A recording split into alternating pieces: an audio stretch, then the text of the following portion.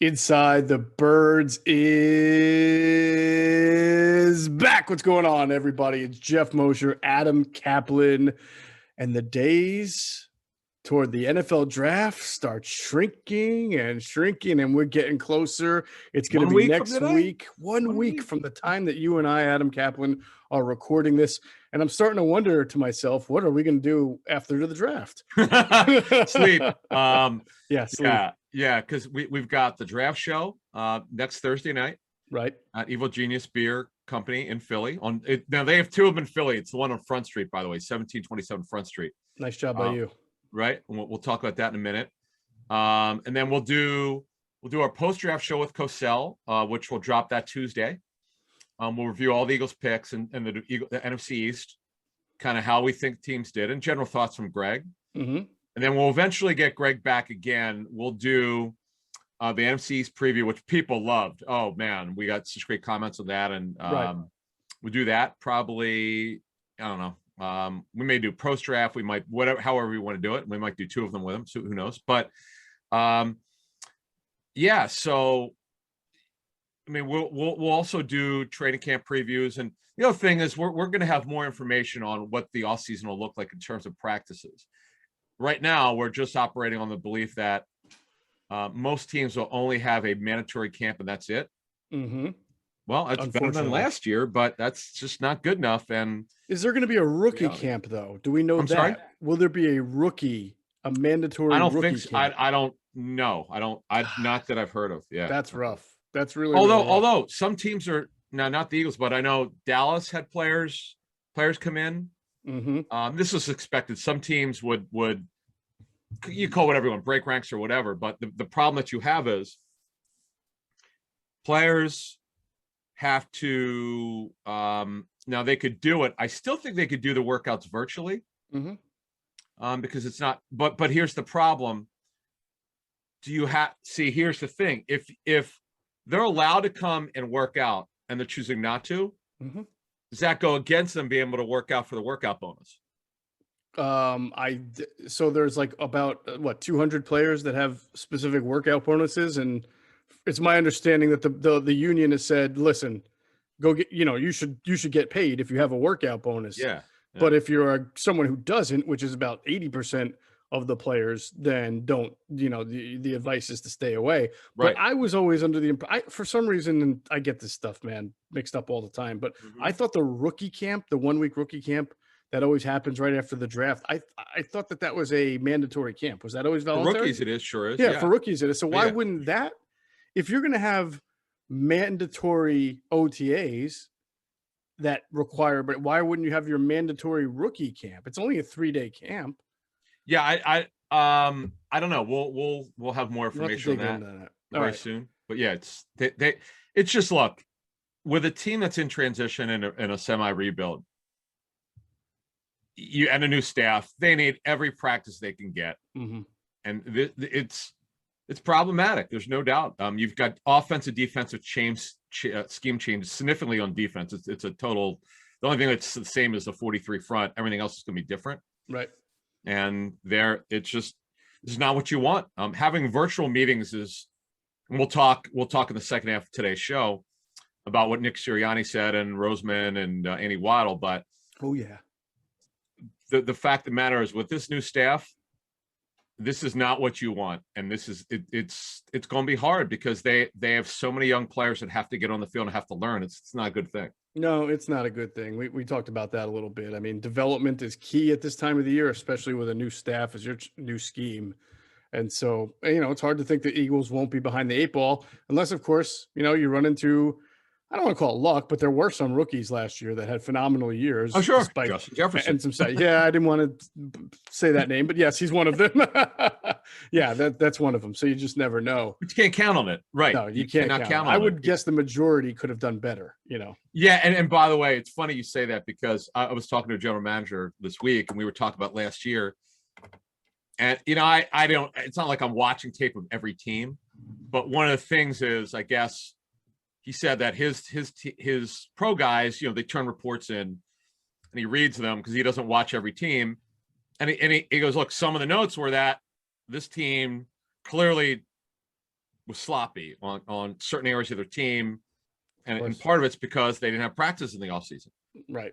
You don't get better by not practicing, folks. That's the bottom line.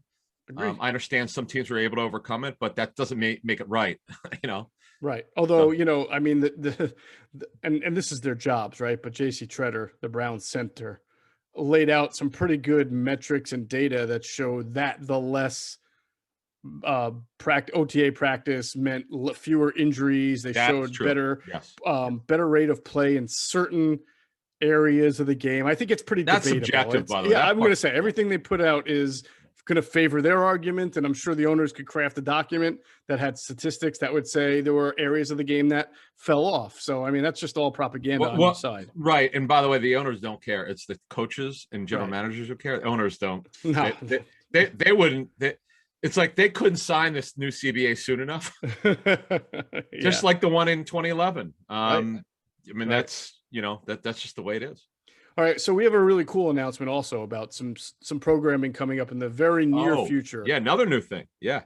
This is just going to be a 1 week thing, right? We apologize to everyone. Well, not apologize. I mean, these guys deserve a break, but Q&A took the week off, as they certainly deserved. They're going to come back next week, but they're going to join you and I. We're going to do a Q&A ITB roundtable show, but on Zoom. So square screen show.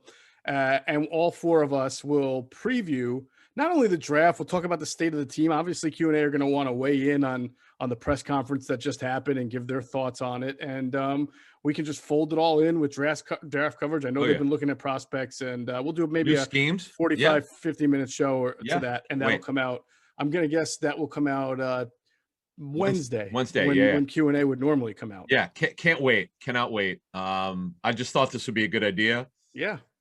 Just combining our shows together since we're all friends and we all have different opinions for sure. Right. And we'll see where it goes. But I want to do more of these type of things, and more announcements of some more shows that we're kind of concepting right now for the fall. And we're only in late April now, but the draft, thank goodness, is 1 week from today. I'm getting to the point where I'm like, enough already, because you know what happens? You get the speculation.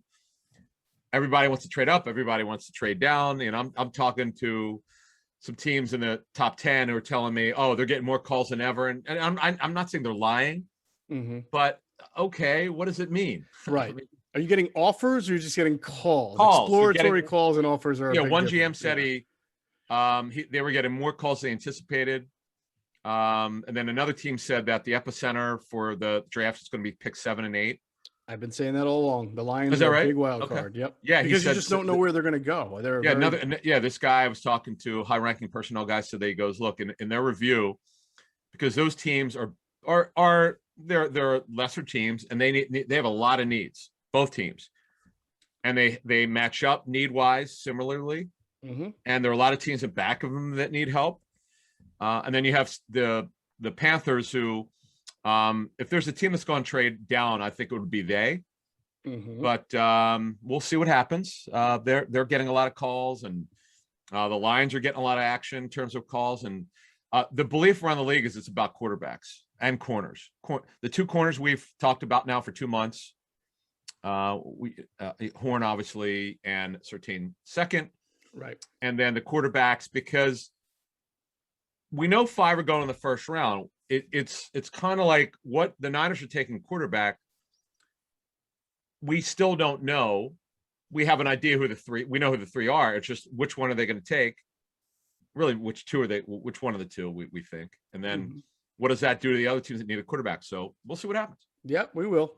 All right. I look forward to we're going to continue our NFL draft preview series. In this episode, we're going to go through some offensive linemen. Which is an area the Eagles always look to fortify in the draft and have done actually a pretty good job of it, throughout the years. Quick reminder, you mentioned our draft preview show. It's going to be you, me, and Greg Cosell. It'll be at Evil Genius. And if you want, there is limited seating available. Obviously you can watch from any device at home like you would watch our pregame show, but there's also limited seating available at Evil Genius. So give them a call, go to their website, go to our Twitter account at Inside Birds, because we're constantly retweeting. And I think we've pinned the reservation link that you can click on. to go reserve your table. So I want Good. everybody to do that. Come on out, Do it join now. us, socially Do it now. distant, Yeah. outside, inside, spaced out. All, obviously Oh everybody. yeah, we're gonna do. We have to figure out. Are we doing this inside or outside? I don't even We remember. will be inside. There will be people inside, spaced Okay. out because they're Okay. allowed a certain capacity, and then Okay. there will also be, as my understanding, you'll be able to sit outside and see the show as well. Man, I hope the weather's good, man. Yeah. I'll have a weather report for us. Just like the fall. Anyway. Awesome. All right, let's get into the offensive line breakdown. I want to remind everybody before we get into that, we've been telling you about Deal Dash. Make sure you check them out. They're a great penny auction. You can get so many good things for so many new things for discount prices just by winning the auction. So I would check them out. DealDash.com. Use their app, which is available on all devices. And that promo code ITB will give you 100 free bids with your first purchase on the site. So 100 free bids just by using the promo code ITB. Check out our friends at Deal Dash. All right, let's talk about our friends on the offensive line, the big uglies. Well, I got some good stuff, yeah, and I know you do too. So let's. I'm not a big offensive line guy, but because this is such an intriguing draft for this team, the Eagles, and I know some other fans of other teams are listening. I've uncovered some names I was not familiar with in the series of calls I made this week. So I love learning. This is the whole purpose of the show, is for everybody to learn as we learn. And this happens every year. Somebody blows it up at the Senior Bowl who I'd never had heard of. It was like when what's the kid's name? Ali Marpet. When Ali Marpet blew it up at the Senior Bowl from Hobart, right? Right. Who I only knew Hobart as a lacrosse school. And this kid, we're going to talk about Meinertz, the Quinn Meinertz, who blew it up at the Senior Bowl, who didn't even play last season for Wisconsin Whitewater. I got some great notes on him. This happens. Now I would tell you, sometimes when this happens, when these guys come out of nowhere, like Danny Watkins, and blow it up, that they don't wind up being good. And the Eagles had learned, number one, be careful of guys who don't love football. You got to learn that. That was a bad job by them. Everyone, and I talked to just about everyone who was involved in the draft that year. They all admitted they kind of fell in love with the Senior Bowl, and the Eagles had a history of doing well with Senior Bowl players. Eventually, Brandon Graham, Donovan McNabb. You could go through the whole list. Lane Johnson, obviously, they've gotten a lot. They've got a lot right. Trent Cole, I remember, I could see him right in front of me. I'm like, who is this guy? This short, this undersized defensive end. I mean, but you got to be careful if guys come out of nowhere and have one great week. Yep. Go by the tape first. And that's what the Eagles learned about Danny Watkins. Right. It's my experience, Adam, when guys blow up the Senior Bowl, what the scouts wind up doing is going back to watch the tape, and probably more tape than they had watched originally, to make sure there are things they didn't miss or they want. Great point. Absolutely right. So right. Yeah. And by the way, pro days, like Jeremy Chin's last year. I had some teams tell me that, just like you said, because his game tape was interesting, but it didn't match up to the workout numbers. Right. Because his workout numbers were just ridiculous. And it was one of the few times that the workout numbers would match up the rookie tape. He would outperform his college tape. It just doesn't usually happen like that. So that's why scouting is truly an inexact science. No doubt about it. Let's take a look at the Eagles offensive line to begin with. I mean, I know people know mostly what it looks like, but the key here is that while it's very talented when healthy, Adam, the offensive line did not stay healthy last year, had some issues the year before, and you've got guys who are north of 30 playing a very physically punishing position. Three of them. And the big three, right? It's Jason Kelce at center. It's your right guard, Brandon Brooks, coming off of his second Achilles, and of course Lane Johnson coming off of 2 ankle surgeries, basically, also north of 30. Right. And so while the left side of the line has some nice youth there with Isaac Seumalo at left guard, we'll get into a second, and this combination of Mailata versus Dillard at left tackle, you clearly, if you want to be what you've been on offensive line, you're going to have some guys ready to play. And they had some guys last year who may have bright futures or good futures, but not just ready to go in there and just play and hold up that image and that reputation of the offensive line. So, you can understand why the team would be looking to the draft this year with as many picks as they have to continue to fortify it. 100%. I agree with you there. And what I would add is this. If Kelsey retires like I fully expect, barring a fairly significant surprise, this should be his last year. Because the way first of all, the way the contract is structured, they would have to go back. It'd have to be redone. It's got, I mean, it's unbelievable. I was just looking at their contracts. Mm-hmm. Even just about all these 1-year deals, they all have voidables. They are actually setting the mark in voidable contracts. Everyone's doing them this year. Right. Eagles do more than anybody. I get it. It clears, it helps you with the cap this year. But when you look at their situation on the offensive line, if Kelsey retires, and Roseman talked about it, he was asked about it. It was a good question about what they would do with Isaac Seumalo. Would they move him inside? I mean, they have that possibility to do that. I don't get the sense, and I know Nate Herbig was a nice story. What he showed last season, he could probably be their top backup interior lineman. I don't see him as an every week starter. He's just not. He's not athletic enough. He's very overweight last season, but he did a good job considering he was thrown in there. He had to play, did a good job. But I don't, based on what I know, I don't think he's going to be the long-term answer as a starter. Right. And one thing Howie said about Isaac that stood out was that having a guy like that who has that versatility ensures that they don't have to reach for a certain position. So they don't have to draft a center per se higher than they would like to, because they know that they can move Isaac Seumalo there. That to me was almost an endorsement of the idea that Isaac Seumalo may one day be Jason Kelsey's successor if they just don't happen to draft someone who can slide into that position that they like as a starter. Right. And look, when they drafted Seumalo in 2016, third round, it was widely expected. He was absolutely drafted to be Kelsey's replacement. Oh, dude, I thought he was going to be this. If you said where's Seumalo going to be in 2021, I would say probably starting year 3 of being a center. Because remember, as you were mentioning, Kelsey was a little, wishy-washy there in his first year. He was on the trade block. I mean, they didn't. I put it out whatever year that was. Spring of 16 or something. I reported that Kelsey was available. Because his tape, because he looked like he was on the downside of his career, nobody really wanted him. I mean, it is remarkable. One of the more, I mean, I don't want to go overboard here, but it was a pretty interesting turnaround. I think what happened was Jason wasn't healthy for a while. And once he got healthy, he became a stud again. It's really a tribute to him and obviously Jeff Stoutland as well.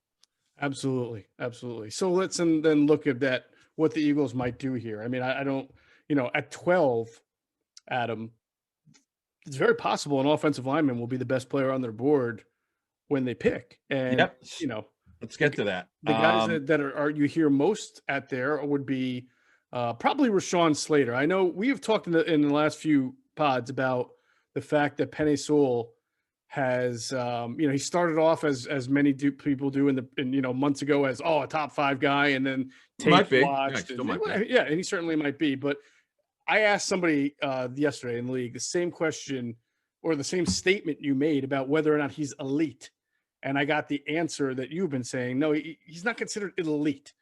Great athlete at 330 pounds, dancing bear type of moves, but the short arms that we've brought up are at least make you question his ability to survive at left tackle against these really long, lean, long-armed pass rushers.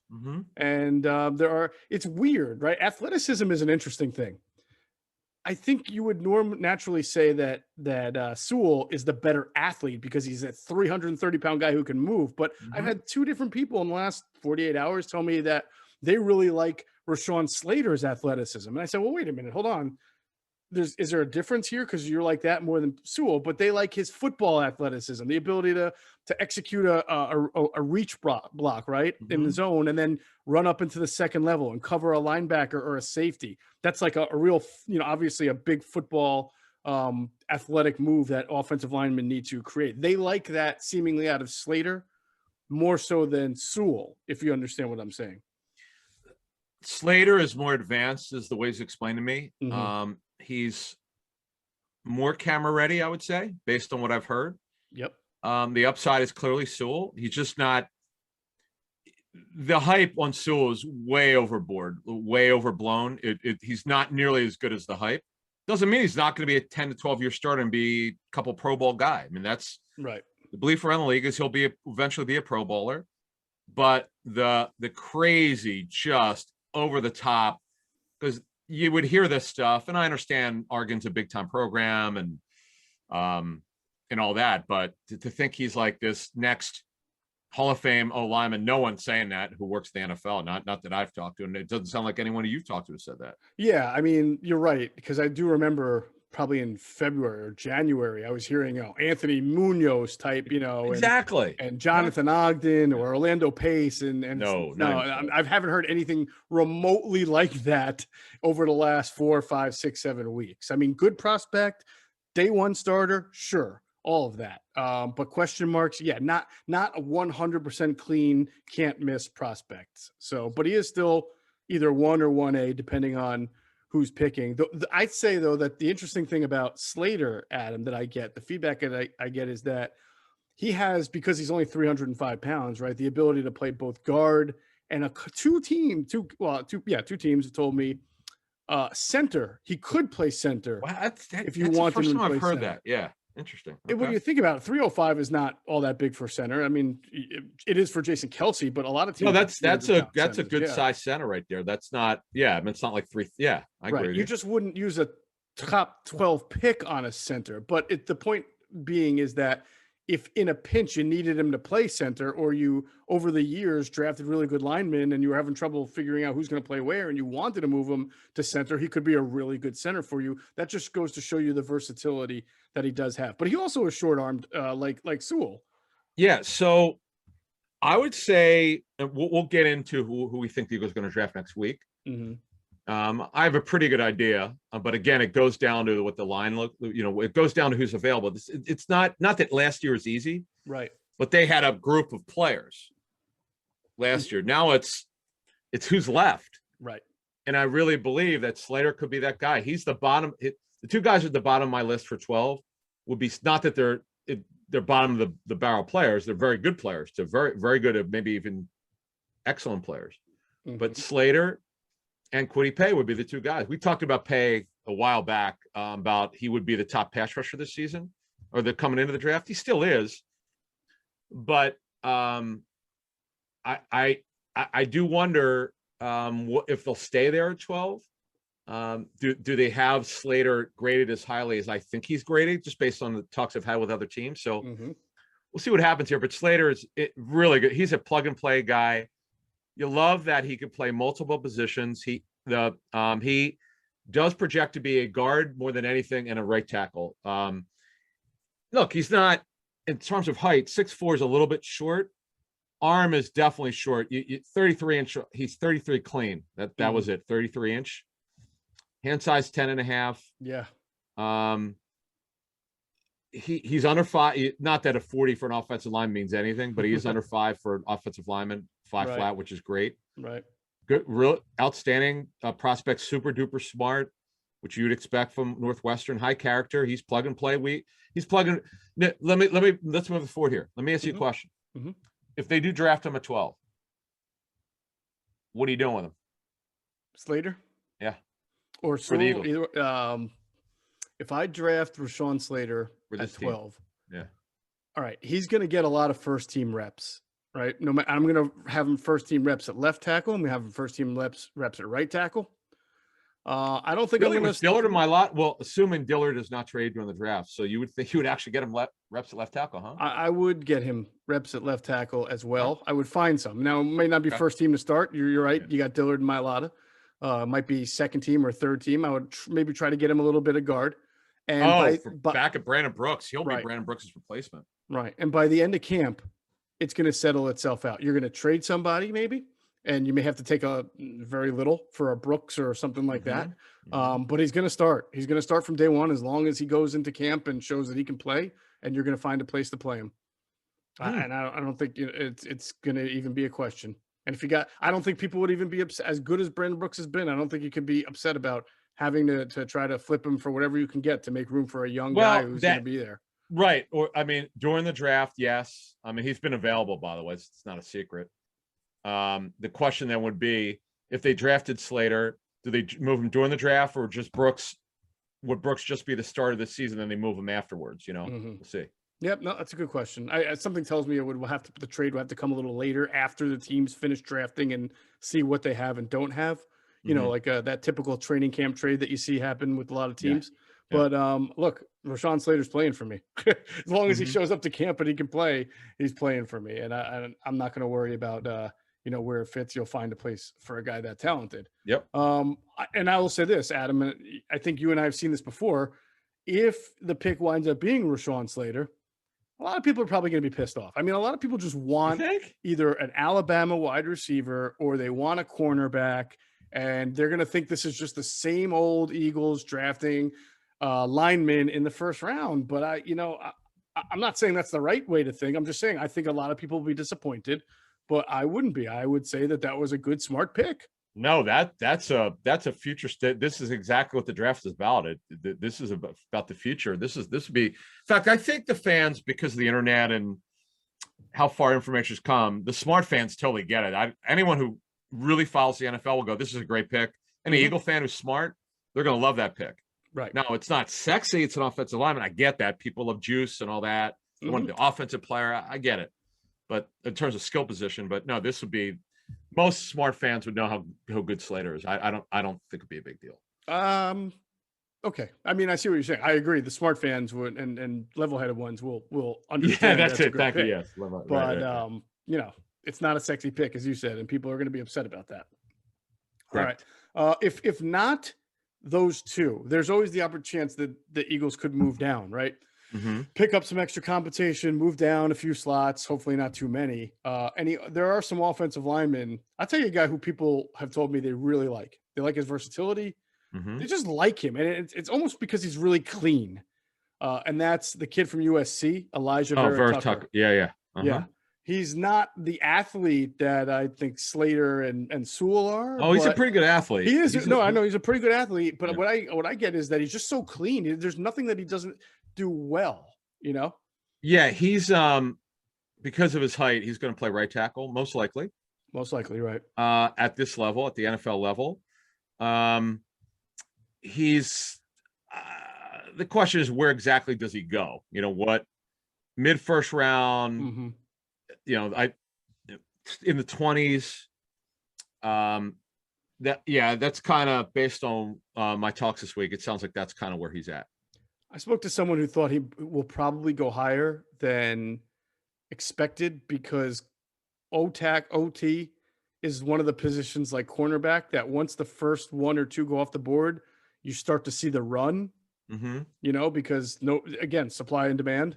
It's not a great offensive tackle draft. I don't think no one's told me what. There are some pretty good ones. Obviously we're talking about a few, but it is that position where you tend to see 5, 6, 7 go in the first round, right? So it'll kind of depend on what happens with Sewell and Slater, but I wouldn't be surprised if Tucker could get up into the top 15 because he's so clean of a prospect.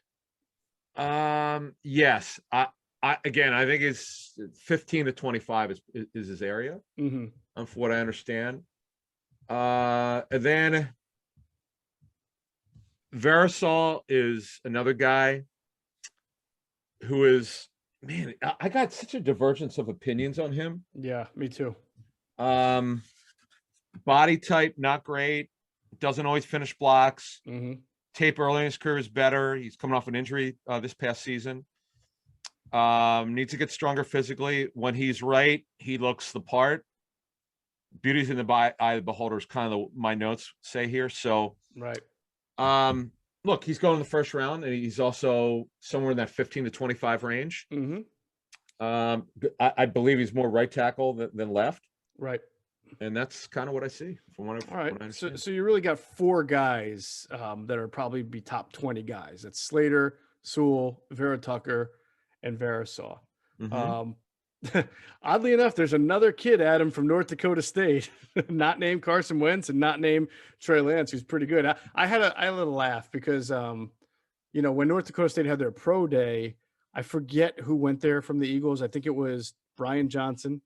I think it was Steichen, and I don't remember who the third one was. Okay. So it was kind of like, oh, well, you sent your quarterback and your offensive coordinator to look at Trey Lance. And like, well, they have a pretty good offensive lineman too that I'm sure is getting. It might have been Weidel who was there getting Okay. a pretty good look. And he's an interesting prospect. Oh, Dylan Redunz. Is Yeah. it Reduns? What I call him, Raduns? Redunz. Yeah. Redunz. Okay, Radunz. it's a great name, by the way. That's a lineman name. Cool. I know. It's a pretty cool name. Exactly. Like if you said, okay, if you don't know what position, what is the offense or defense, I would say offensive line with a name like that. Yeah. Good player, needs to fill out physically. Looking at my notes here, projects, though he played left tackle in college, more right tackle and guard, needs to get stronger physically. Probably will not be ready to start year one. Definitely a high-end prospect. I don't know exactly where he'll go in terms of, is he a second round pick? Is he a first round pick, third round pick? I can't tell you for sure. I just know he's going to go in the first or second day. Good player. I mean, North Dakota State, you got to give them credit. They pump out some pretty good players. I mean, obviously three quarterbacks, because you think of Easton Stick, right? He's in the NFL. Yeah, was a fifth rounder with the Chargers. Redunz, it says in my notes here, it says second round. Mm-hmm. But man, what I've learned is teams see these offensive linemen. So the guys who aren't the top end guys, everybody sees these guys differently. So good football player, needs to get a little bit stronger, but he's another guy that's fascinating. He's definitely a guy that people will be interested in. Isn't there a wide receiver from North Dakota State in the league who's pretty decent? Like a third or fourth? State? I thought there was. My mind's slipping. I thought there was a wide receiver that came out a couple of years ago. All right. We can get into some interior offensive linemen, some guards, some centers first. I want to remind everybody, check out our friends at PHLSportsNation.com, enhancing the fans' experience with their coverage of all of our Philadelphia sports teams. You got to go to their website, check out the coverage, check out the podcast. They do a great job of that too. PHLSportsNation.com, or you can check them out on Twitter at PHLSportsNation. We'll pause one more moment for a word from our great sponsors, including our friends at Sky Motor Cars. And if you're looking for a great deal, you just go into Sky Motor Cars and you tell them Adam and Geoff sent you, and I promise you, you'll get a great deal from our friends at Sky Motor Cars.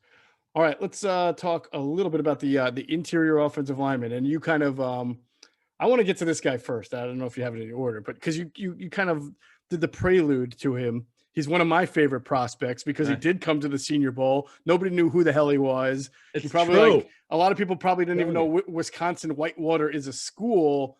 But as soon as that Senior Bowl week was over, I started doing my homework on him, Adam, and he's a good prospect. His name is Quinn Meinertz. That's another great offensive lineman name. Yeah. And so here, the feedback I got is exactly what I said before, is that people went back to the tape after the Senior Bowl to look at it. And the feedback I got was he showed up as a day 3 guy, and he's probably going to be a day 2 guy now, somewhere correct, late 2, early 3. Yeah, I have. Okay, here's what happened. So I don't believe he played last season. He was trained by Duke Manyweather, who's that offensive line guy who's close to Lane Johnson, who has that camp, and he's great on Twitter. So he's agents hire him to tutor their offensive line for the draft. Mm-hmm. Big Duke. And he was a 5th to 6th round pick before. This rarely happens because typically you might move up around if you have an unbelievable Senior Bowl. But man, this kid was so good. As Geoff just said, he's going to go in the 2nd or 3rd round. Definitely will not get out of 3rd round.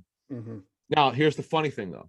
His tape was not great because you said it. His tape was 5th or 6th round pick. Right. And his tape was so good. I mean, his Senior Bowl was so good and dominant. Mm-hmm. I'm not saying like Danny Watkins. Danny Watkins just picked up people and threw them. That's what he did. He was physically dominant like you can't believe. He was incredible. But the Eagles got too enamored with what he did there, and they overlooked his tape. So now that's the question. And apparently he was a great interview, and all the Meinertz was a great interview and all that.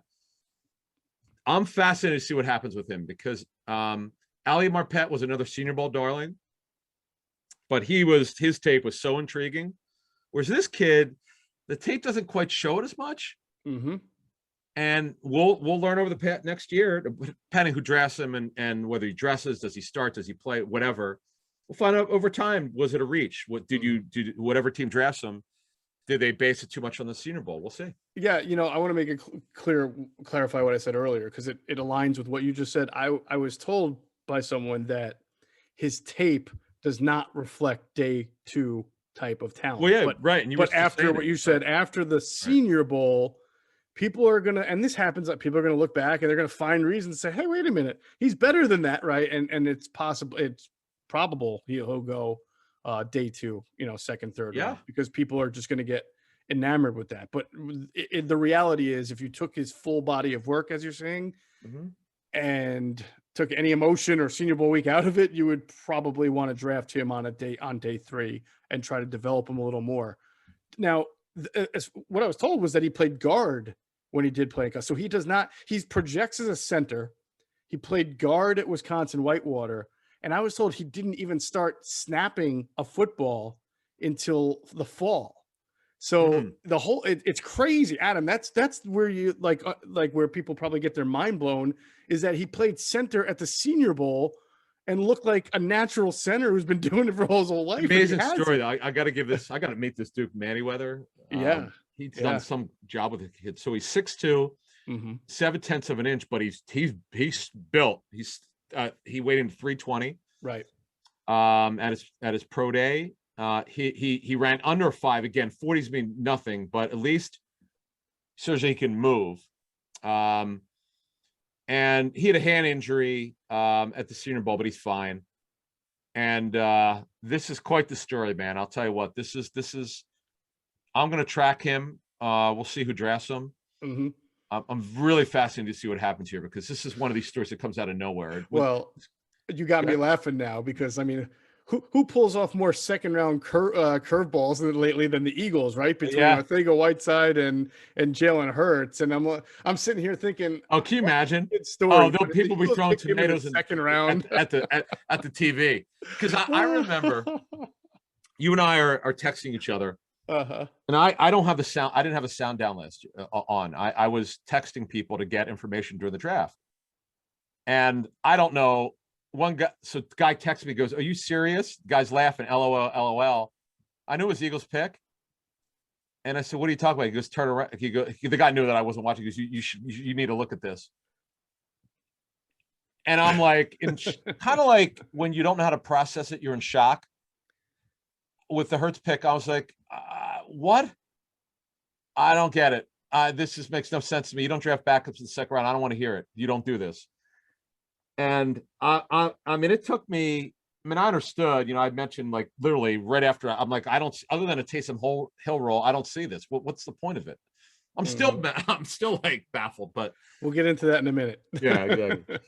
All right, so that's Quinn Meinerz is the guy to look. One guy to look forward to. Yep. Liam Eichenberg, is it? Yes, this is I'm so glad you mentioned him. I wasn't sure if he was on your list. He's on mine. Yeah. He is going to probably move, because he's got short arms. He played left tackle in college at Notre Dame. Some teams I've talked to think he's going to play guard. He's an intriguing mid-round prospect. Notre Dame, by the way, has got some offensive linemen in this draft. They've got some guys here, so I'm interested to see where he goes. It looks, and here's the other question. See, he was only measured once. I do wonder. I wonder if he gets measured again. I wonder. I do wonder, because that hurts him, because he's a prospect at left tackle. Right. The teams I spoke with think there's just, with his arm length, you're not playing left. You're just not. I kind of like when teams draft those kind of guys in the second and third round, who played tackle, but you draft them to play guard, because they have a decent amount of athleticism, but their body type is still suited for guard. So you get a pretty good athlete in there. I mean, how many times have we seen the Eagles do that over the years, whether it's, Todd Harriman's or, a bunch of guys I can think of that could play both tackle and guard and moved inside. You know, it's So funny when Todd was drafted. he was drafted as a tackle. Yeah, in fact, I remember talking to him as a rookie, and he's like, I think that, yeah, because he beefed up like crazy. Mm-hmm. Juan had him put weight on, and then he had to take he a bunch of times over his career, his weight went up and down because he did what they told him to do. Now Eichenberg, if you just looked at how tall he is, he's 6'6" and 1/10 of an inch in 305, but his arms are shorter than 33. You can't Oh, play boy. left tackle with arms like that. Nah, It's just hard. can't be an alligator out there at left tackle, baby. Yeah, he should have 33 and a half to 30 to 33 and 3/8 at the shortest. Mm-hmm. And under 33, it's not happening. No, it's usually not. But he's a good athlete, as you said. So it'll be Mhm. interesting to see where he goes. Who else? I mean, Ohio State every year they got a guy. Oh, I who's got a good. good. Who's This ready to kid play is guard. fascinating. I talked to a couple guys. Talked to a scouting director who gave me some stuff on him a week ago, and I followed up with some other guys. So Wyatt Davis is going to be a guard from Ohio State. This kid is only 20 years old. He's got unbelievable upside to be a Pro Bowler at the next level. He's just young, and he needs work in a bunch of areas. But he's a guy that you love to draft on day 2. Let him develop as a backup and learn. If he's with a good, if he's with the right coaching, he's got a chance to be a Pro Bowler. He's that gifted. Mm. You just have to have a plan for the guy. And you know, if the Eagles drafted him, I have no doubt that he'll be special. Mm-hmm. 6'3" and a half, 315. So he's got really good size. Oh yeah, you put him with Jeff Stoutland. Yeah, Yeah, good arm length for a guard, 33 and 7/8. yeah. He's an outstanding second day prospect. This kid, he's really gifted. Yeah, listen, you know me. I'm a Penn State guy. I hate Ohio State with every fiber Hate the shit, horseshoe. of my being. But give me an Ohio State. If I'm running a team, give me an Ohio State line, defensive or offensive lineman, in any day and any round, and I'm going to think he's going to succeed. Now, not all of them do, but almost all of them do. They're good. No, Billy Price, unfortunately, a former first rounder for the Bengals. I knew you were going to find my exception to No, but here's the problem. So I was talking to a team that did advance on him last year that played the Bengals. Mm-hmm. They're like, they don't understand why he wasn't playing. His tape was good. Right. They're so bad. The Bengals. It's pathetic. They don't develop their linemen. I mean, yeah. Only the Bengals could not be able to properly evaluate a lineman who played in their backyard. I mean, only the Bengals. and here's the thing: the Bobby Hart contract was terrible.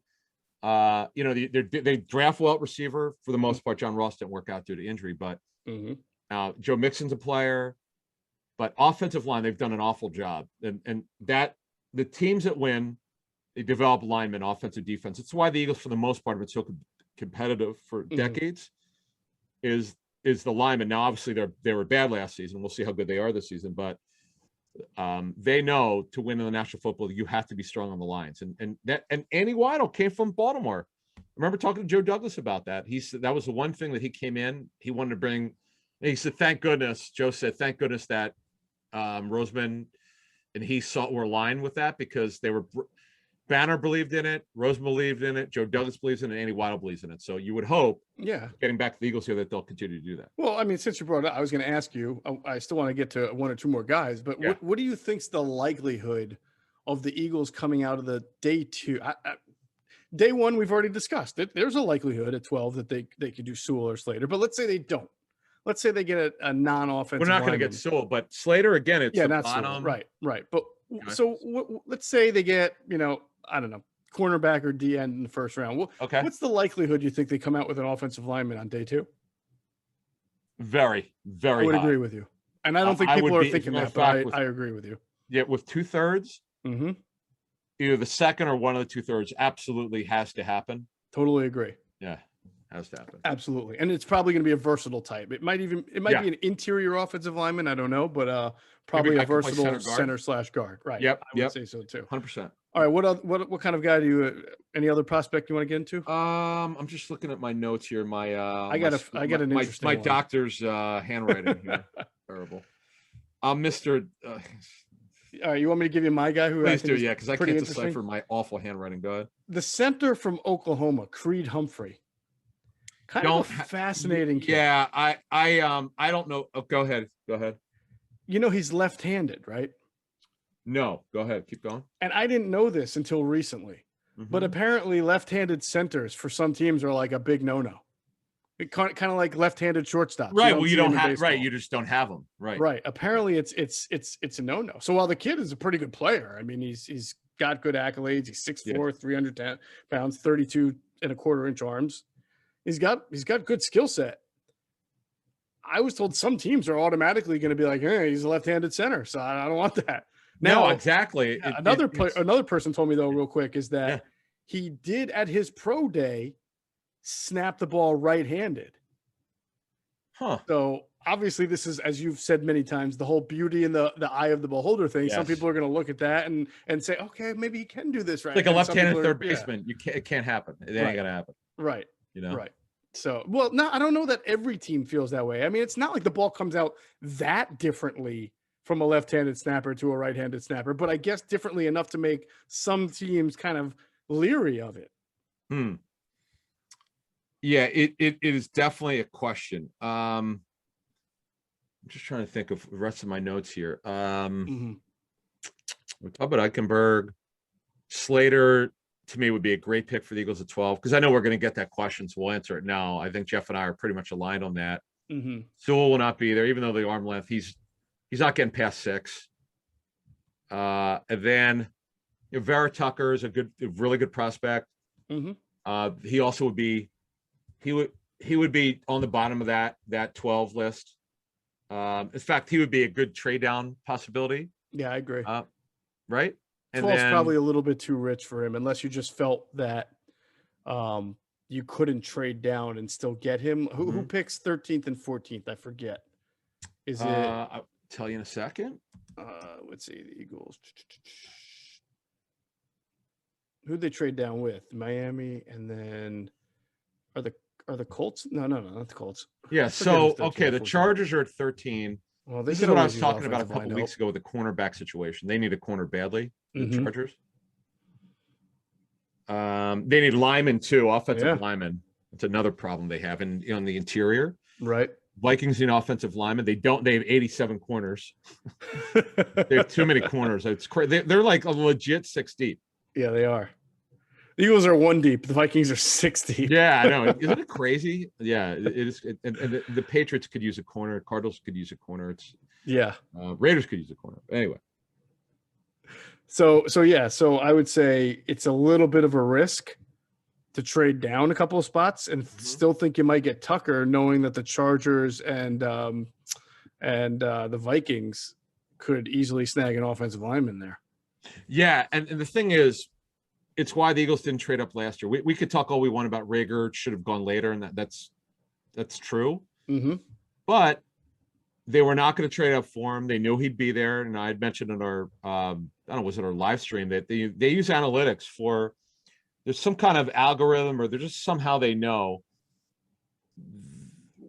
how likely a player would be there. It might be the team's draft history is ahead of them. Whatever the situation is, they had it measured correctly on Rager that he'd be there. I do what the thing is though with Rager is, like, if they knew he'd be there at 21, and you and I talked to teams that had him as a late first round, early second round. I wonder if they felt they couldn't trade down to get him. They were right about that, right? Because right after them, the Vikings took Jefferson, so maybe the Vikings would have if they had traded down. You never know who the Vikings are going to take, and then of course the Niners. Wasn't it just 2 or 3 picks later? Well, they say they loved that. They had said they absolutely loved their guy was the Arizona State wide receiver. Ayuk. Right. They were taking, that was their guy, that like how teams say it, but they were, of course, but you just can't leave that. You can't leave that. They may say it, but if you're Howie, you can't just operate under that assumption. Right. But the fact of the matter is, when we look at just in terms of trading down, you better be sure, because you gotta, obviously every team talks to every team. I know the Eagles have talked to one team in the top 10 easily 2 or 3 times, because this team mentioned it, but Roseman might have been getting or whoever was calling, might have just been getting information. Who knows? Right. Because I had a GM tell me in the top 20, he's like, oh, we're getting more calls than we've ever gotten. But what does it mean? Calls are calls, right? Yeah. I mean, they all talk to each other. So I don't know how to really evaluate that. We'll have to see. All right, let's move away from the linemen. We'll get into breaking down a little bit of that press conference that became very, very popular in about 40 minutes within it starting. First, I want to tell everybody that Masvidal and Usman put on a show last time they stepped into the octagon, and round 2 is sure to pack a punch. DraftKings Sportsbook, the official sports betting partner of USC, is putting you in the center of this weekend's title fight with 26-1 odds on either title contender to reign victorious. So pick either main fighter to win during this weekend's UFC 261 title fight, and DraftKings Sportsbook will give you a 26-1 odds. So you just bet $5 on either fighter to win, and if they walk out with the belt, you cash out $130. There's no better way to put your MMA knowledge to the test than to put your money where your mouth is with DraftKings Sportsbook. And don't worry if MMA isn't for you. DraftKings Sportsbook offers great odds and promotions on basketball, hockey, and so much more. DraftKings is a safe, secure, and reliable app so you can deposit and withdraw your funds at your convenience. So download the top-rated DraftKings Sportsbook app now. Use the promo code ITB when you sign up to turn $5 into $130 if the title contender of your choice wins. Place your bet and watch the fist fly this weekend.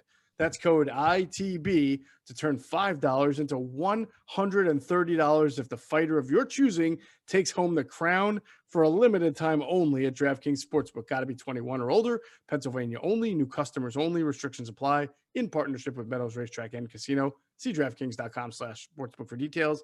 Gambling problem, please call 1-800-GAMBLER. They have a great app, by the way. Just 2 things on DraftKings. Boy, do they make it easy for you to win. I mean, they're like, because they obviously they want new business, right? I love their NCAA tournament. Or I love when they go, if your team just hits a 3-pointer, you win. You win whatever they're giving out. I love it. I think it's smart, very smart. Free money, gotta love it. Yep. All right, let's talk about this press conference. We talked a little bit about Isaac Seumalo comment, but obviously it became infamous or famous, whatever, for Nick Sirianni and hand motions and the gesturing and of course the revelation that he would try to gauge the competitive thirst of some of these prospects in these Zoom interviews by playing rock, paper, scissors with them to see. That was kind of funny. I was like, what? I would say one thing I've learned, and I completely blew with Peterson year one. Mm-hmm.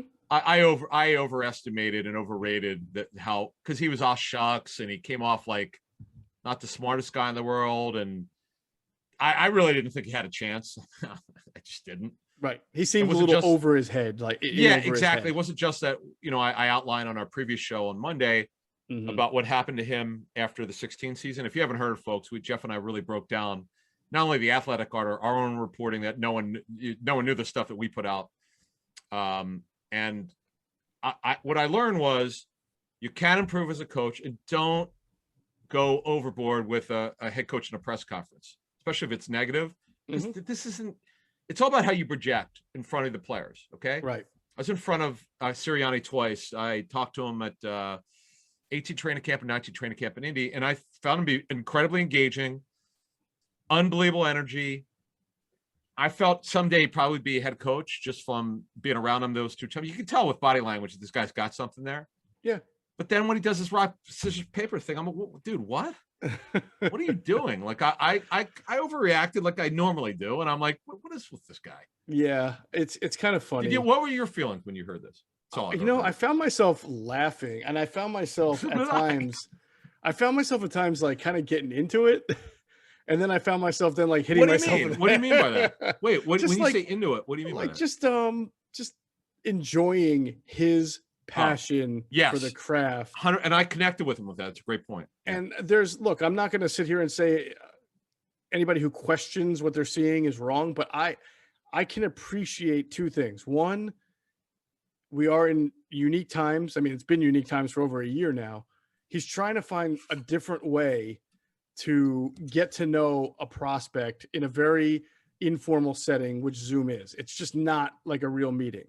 So he does something to mix it up. And honestly, I can't kill a guy for having that kind of approach. I'm not upset about that. And then the second thing, where I probably get into it, is that I'm quite certain, and I'm sure you are, that Nick Sirianni is well aware of the public perception of his first 2 press conferences. I'm sure Oh somebody has yeah, of said something, course. right? Yeah, because the PR staff's job is That's to their job, right?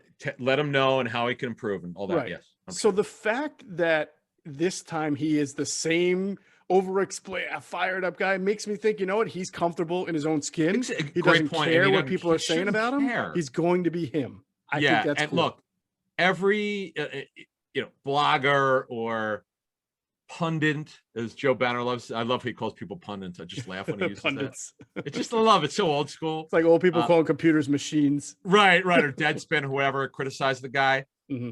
You make such a great point. It's the best point anyone's made. He's putting it out there. He's not apologizing for being super high energy. He's in your face. I get it. Good for him. But it's all about how you project in front of your players. And I'm gonna throw something out there because I talked to one of the coaches from the Colts who told me, I don't know if this guy's still there, but I know he worked with him earlier in his career. And he said, Nick is going to hold these guys accountable because he wants things done a certain way and he doesn't care. Mm-hmm. Like this. And I got that. Listen to that press conference on Wednesday. Mm-hmm. That's really the way that this guy is. And I'll tell you what, we said this weeks ago about the receivers. These receivers, if this guy can't get them going and Patullo and Aaron Moorhead, then it's not their fault. It's the front office's fault. They blew it on all these guys. I thought his answer on receivers was really good, specifically about X receivers and having that was way awesome. different body types like T.Y. Go Hilton. ahead, because I want to explain what he meant. Yeah, I mean, he said, look, we've had T.Y. Hilton play that position, and T.Y. Hilton is what, like 5'11" on a good day? 5'9". He's 5'9", exactly. Yeah. So he's very short, and they've had Dwayne Bowe, who is the opposite of T.Y. Hilton, very tall, very slow. Big Daddy Bowe. They've had Keenan Allen, who is not slow but not fast, kind of deceptively quick, but and also a little bit bigger, obviously bigger than T.Y. Hilton. So they've had a variety of guys, and what he was trying to say is that it's not necessarily your size, it's your skill set. If you're a small guy who's really fast like Hilton and you see press coverage, maybe you can beat it because the guy misses and you blow by him. Or maybe you're just big enough guy like Dwayne Bowe to use your hands. I mean, and I felt like it was a veiled conversation about Devontae Smith, to be honest with you. I feel like that's why the reporter was asking the question, because there's so many questions about Smith's size and what position he would wind up playing in the NFL. But regardless of that, it was just a good answer from him. Yeah, I thought Sirianni did very well. It was kind of like he was bursting at the seams to talk. It was just kind of funny. Like he would jump in. I was sort of like, okay, go for it, man. If that's the way you want to do it. Andy Weidl answered the first question, but he didn't really talk a whole lot. Right. Roseman would throw it over to Weidl sometimes, but it was one time where Nick said, "I know the question wasn't asked to me, but I'm." Yeah, he probably wanted to jump in. I thought it was interesting. I did learn a little bit more about him. Mm-hmm. See, the way it works is I've asked receiver coaches this. Not every team goes by X, Y, and Z. They just go by the function of their offense. So I remember asking Jaws that question years ago. He goes, there's not an X that, and by the way, people would say, oh, X is the number one receiver. Not in every offense. Some Z's are. Just depends on the function of the offense. And sometimes the tight end, Kelsey's the number one option in Kansas City. That'll never change until he retires. Right. I don't care how great Tyreek Hill is. It's all about Kelsey, then Hill. Mm-hmm. So I am, but I would tell you though, I would still want an X, only because with size, or just a pure X, someone who could play the X position. Because Fulgham, you can't trust the guy. He folded after 4 games. This 4-game run, and we reported that he had the ankle surgery. And by the way, the reporters need to do a better job. I need to get into these things. How do you not ask about the surgeries? Number one. Number two, how do you not ask about Eric Wilson? Am I wrong? Did they ask about Wilson? I can't blame reporters because they limit. First of all, they limit who's going to ask questions. Okay, well, ask about the new personnel. You can only ask so much. If you ask that, then you're so fixated on the questions they were asking stuff. Were pretty good though. I mean, there was no overlap in the first press conference. There was too many Carson Wentz questions. Right, but what I'm saying is it was a lot of athletic article. Let's bring up certain stuff. Right. they went in certain areas. That's fine, but how do you not ask about the new players? You just these are Eric Wilson's starting. Okay, he's gonna be a starter. Anthony Harris is starting. Right. This is your only chance to talk to point. these guys. It's a good point. The team capitalizes on the fact that they hold these things right before the draft, and most people are going to ask draft-related questions, and so they don't really. I mean, the questions were fine, but I would have liked to have known how. I understand Sirianni's not a defensive guy, but he's the head coach, for goodness sake.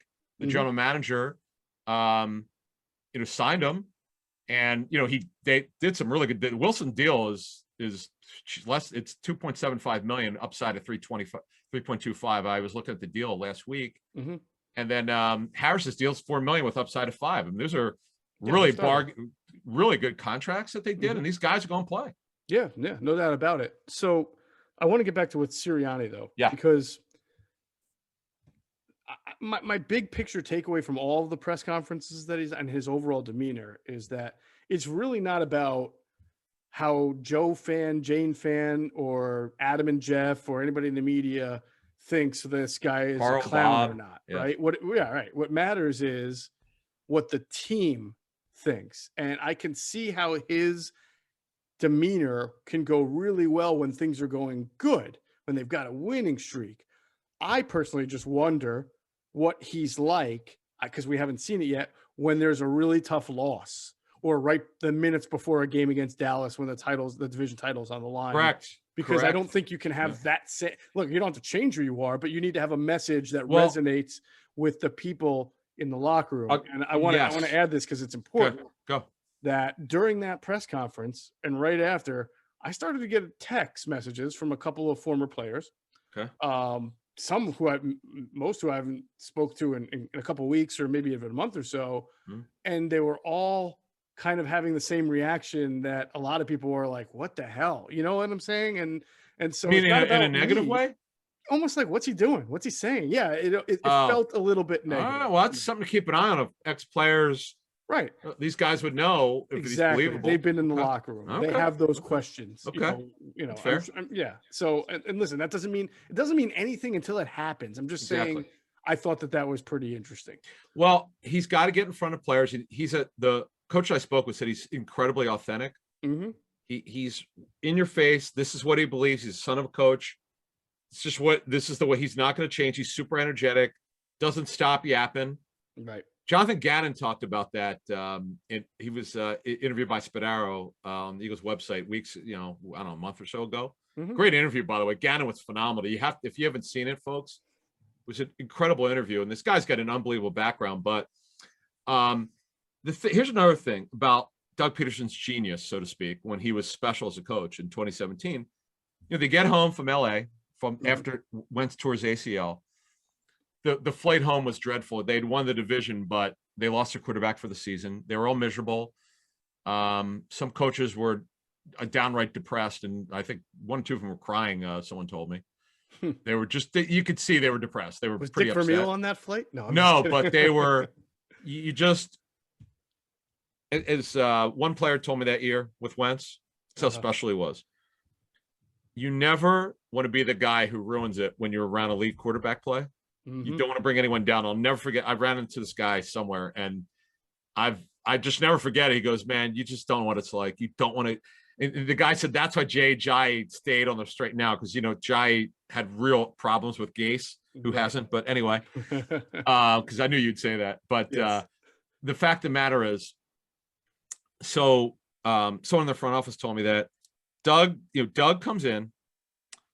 He's unbelievably positive, and they're like, how can you act like this? We just lost our starting quarterback. We're done. Right. He refused to give in. It's kind of like when Vermeil lost. You mentioned Vermeil lost Trent Green, and Kurt Warner came in. He said, we're going to rally around him. And like, no one's believed. Like, do you really believe that? The guy, this guy was stuck in shelves. Who is this guy? Yeah, exactly. The high V, right? Exactly. So that is. So why do I bring this up? Because the true test of a coach, as you just brought up, is adversity. Right. We're not going to know about this guy. And he may, I still think he's going to project really well in front of players because he's authentic. And he's going to be on them in practice. And I'm going to get to the competition part. That's really important. Yep. He did very well describing that, but you're not going to know about this guy. And Jeff's 1,000% right. You're not going to know until the chips are down. This is how you learn about personnel people. And this is how you learn about coaches. When things aren't going well, is there finger pointing? Can you reach the players? Do they turn on you? You just don't know yet. There you go. And so how he handled that competition thing, I you thought loved was it. pretty good Loved it. because that's very common, by the way, of first-time coaches.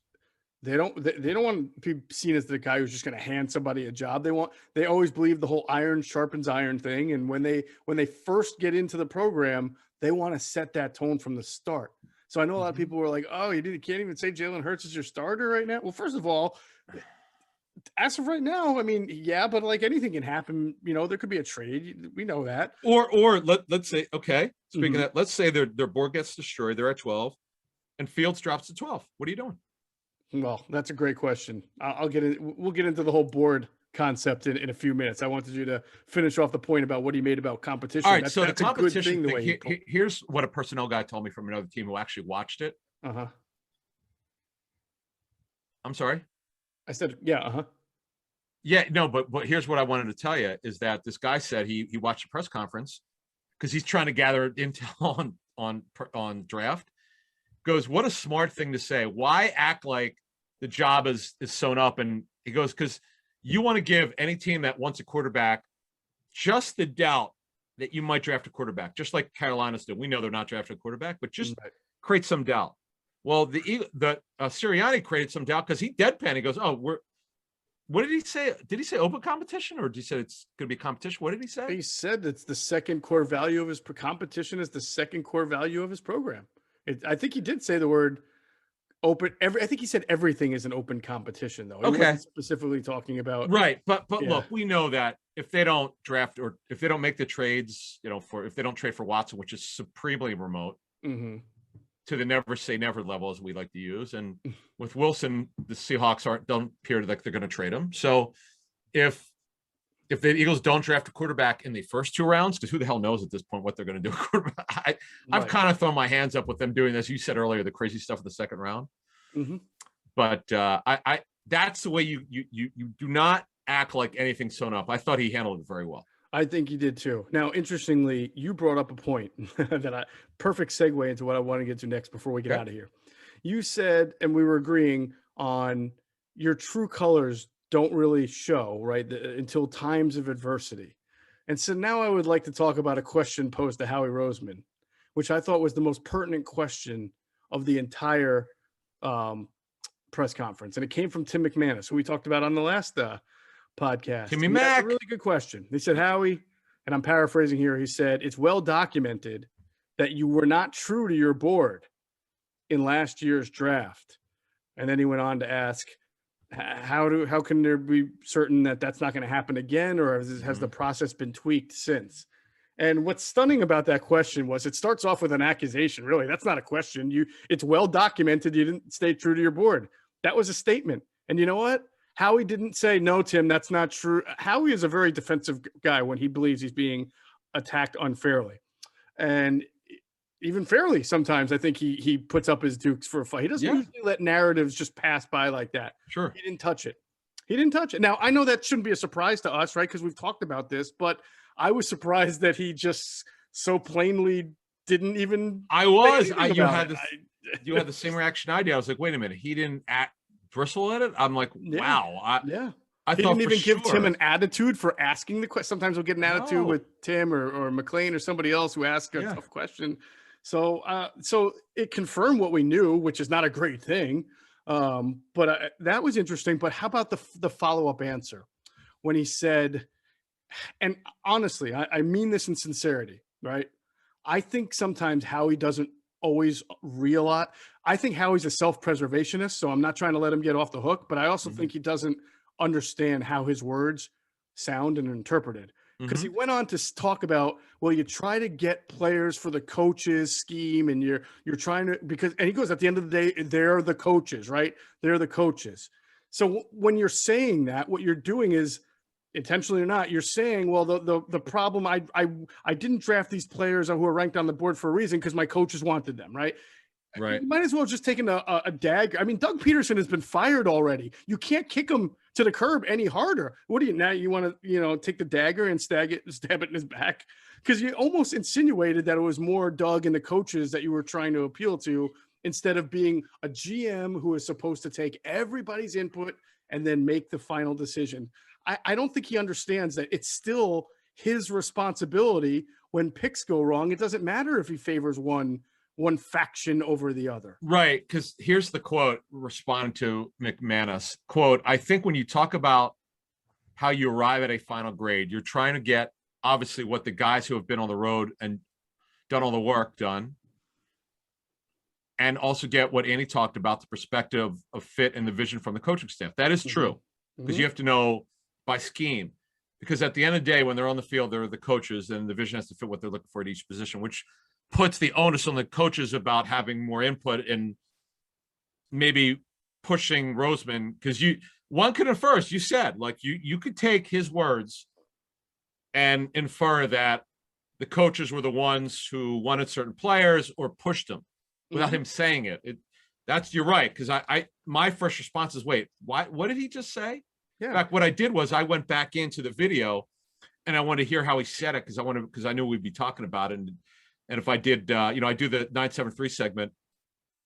And because I know Mike Gill asked about it, what I thought. And I just thought I was a little surprised that he went there like that. You have to say that coaches have input, and however you want to say it, you have to, because you have to find out by schematics who fits in and what doesn't. As you told us weeks ago that, correct me if I'm wrong, you had heard that they didn't give any size, like they weren't looking for any particular guy. Right. They didn't have specific height, weight, size measurements for certain positions like a lot of coaches do. Gotcha. Okay. Now, you say you're surprised, and I'm a little bit surprised too, but I think that there's been a trend of that. And I'll bring up another example. We talk about the quote unquote sins of the 2017 draft. At one point after that draft, maybe a year later, it was probably the 2018 draft press conference that the Eagles just did now for 2021, where it was asked about what they were valuing in that draft, and Howie made a point about maybe we overvalued college production too much. Yeah, that was interesting. That was a great one. Yeah. And again, maybe he doesn't understand how his words are interpreted, but when Joe Douglas came to the organization, Joe Douglas talked about the way he learned through the Baltimore Raven way is to always look at college production. You want big college production from players who played in big games. But see, I didn't look at it that way. We have to hold on. When you say like maybe we over-evaluated the college production element of it, and I think they were talking about Arcega-Whiteside, I don't know, but what you're doing is making it sound like you're like Joe Douglas. It's his philosophy that didn't work or needs to be reevaluated. But now he may not have meant it that way, but there's just a trend of him saying things that seem to blame other people or other philosophies for mistakes. Yeah, I didn't read that, but I saw it totally when he said that. I didn't read into it that way. As a matter of fact, what I thought of is what you had said, because Terry McLaurin was such a hard guy, because everyone wanted Paris Campbell. In fact, as we said before, we said it whenever the hell it was 2 years ago, the pick was going to be Paris Campbell. And to this day, I still can't get an honest answer from anyone. What the hell happened? We know the owner was involved in terms of analytics, and we'll detail probably more next week. I have a little bit more, which I'll probably give a little bit more on that. The Arcega-Whiteside pick. I still, to this day, though, I can't get a straight answer. What changed?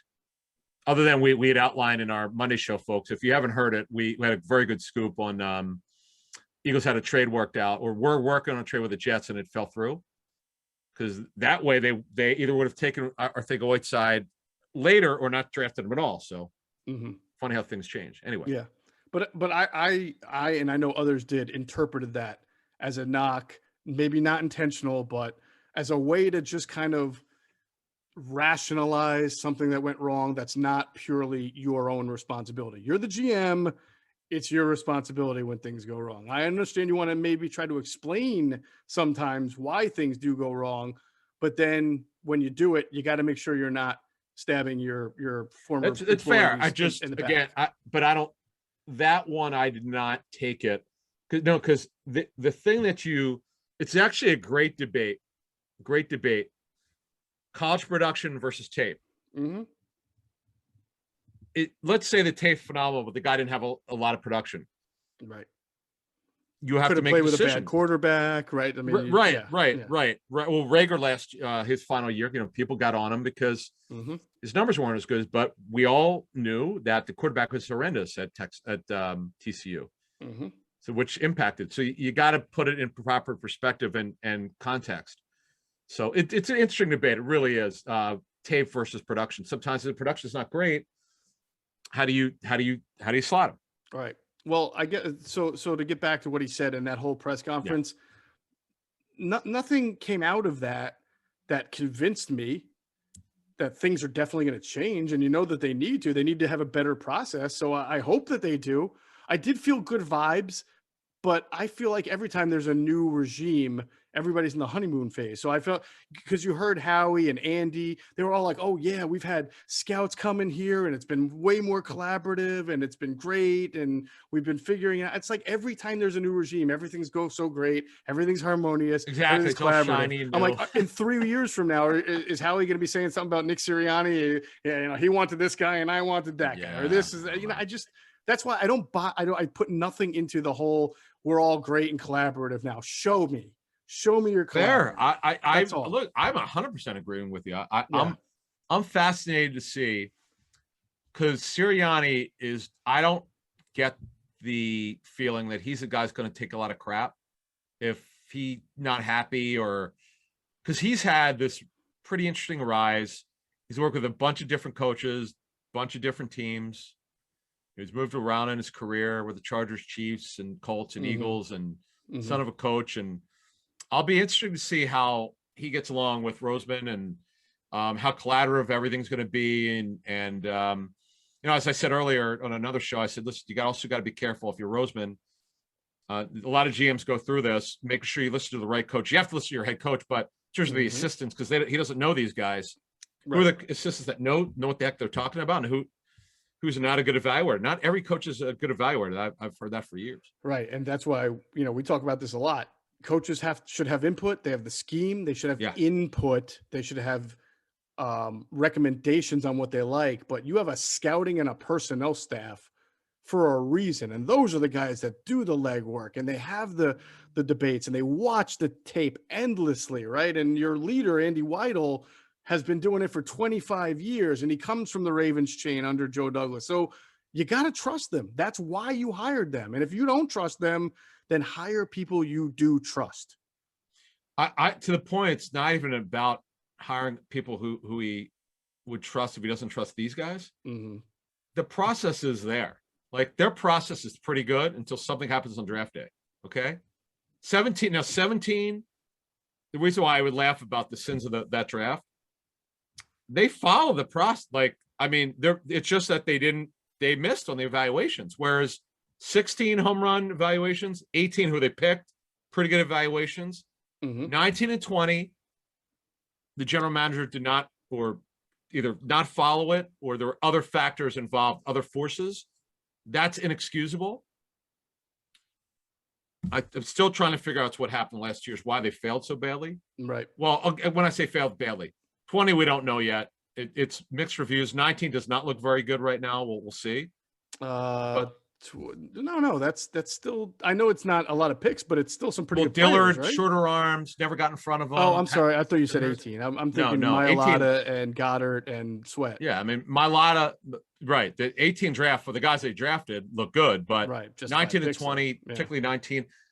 So let's get out of here in a second. But the fans won because they know so much about the draft now, because of all the information that's out there. They love they connect with the draft.